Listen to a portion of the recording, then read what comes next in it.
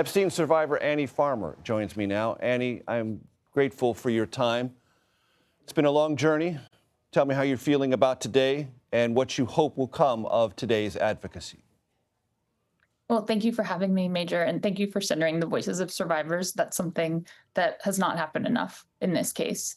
I'm feeling a little exhausted after today, but also hopeful. You know, this last couple of days has been very powerful, both to be gathered with so many other women that are sharing their stories and are bravely speaking out and asking for justice, but also to be finally invited into the conversation. And I think, to meet with lawmakers, to see them be emotionally moved by these stories, it felt like perhaps for the first time that maybe there was a chance that there would be movement.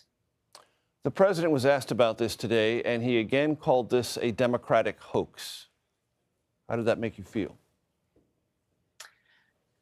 It's very troubling to hear that language used. And I think that actually came up at the press conference, and to be in the company of so many women who had just told their stories, and then to have him continue to say this, it felt like it feels like an assault on us again, right? There's been so many betrayals over the years in this case by the government, and to be there on the steps, to be invited by lawmakers, to be telling our stories, and then to have the president say it's a hoax, it's very upsetting. Walk my audience through what you mean, Annie, when you talk about government betrayals so far. Yeah, I mean, I think that goes back to 1996. You know, that's when I met Epstein and Maxwell. And that's when my sister, Maria Farmer, first reported what happened to me when I went to Zor Ranch, and what happened to her when she was assaulted on the Wexner property, and the theft of photographs that she had taken for her art that were sensitive photographs of herself and of me and my younger sister. So she reported that to the FBI. There was, as far as we know, no further investigation. There was no follow-up, at least with us. And then in 2006, we're approached by the FBI, and they say, okay, now we really need you to tell your stories. We need you to come forward. We know this is scary, but we're going to make sure that this man is finally held accountable. And then, as we all know, he gets a sweetheart deal. We're not even informed of what has happened with the case. We're left hanging.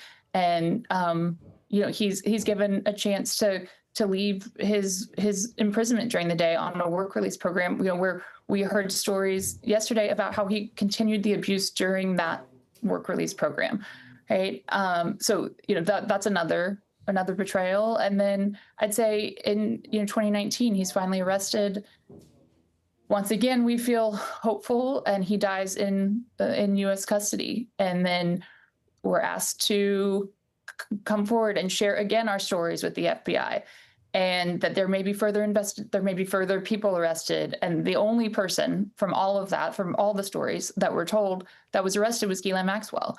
I was one of the women who was a witness at her trial, one of the 4 victims, and we represented so many others. And in that case, we went again, agreed that we would do this, to testify and go through this process for the government, and then to see what's happened recently with her prison transfer and talk of a pardon. I mean, it's a real slap in the face. Do you want the files in the possession of the Justice Department and the Treasury Department released in hopes that they might lead to further prosecution, or just so that everyone can see what happened, and whether there's prosecution or not, you and other survivors obtain some measure of probably inadequate, but nevertheless important closure? I think transparency, hopefully there could be many outcomes, right? One, I do believe, is understanding the systemic failures that allowed this abuse to continue for so long. That's important for our country, to keep children safe, is for us to understand what went wrong here. But also, I do believe there are people in positions of power that were very much implicated that have never been held accountable, and that the pressure could come from the public if they know what is in that information, that something might be done. Annie Farmer, I appreciate your time. Thank you very much for it. Thank you for having me. We'll keep in touch.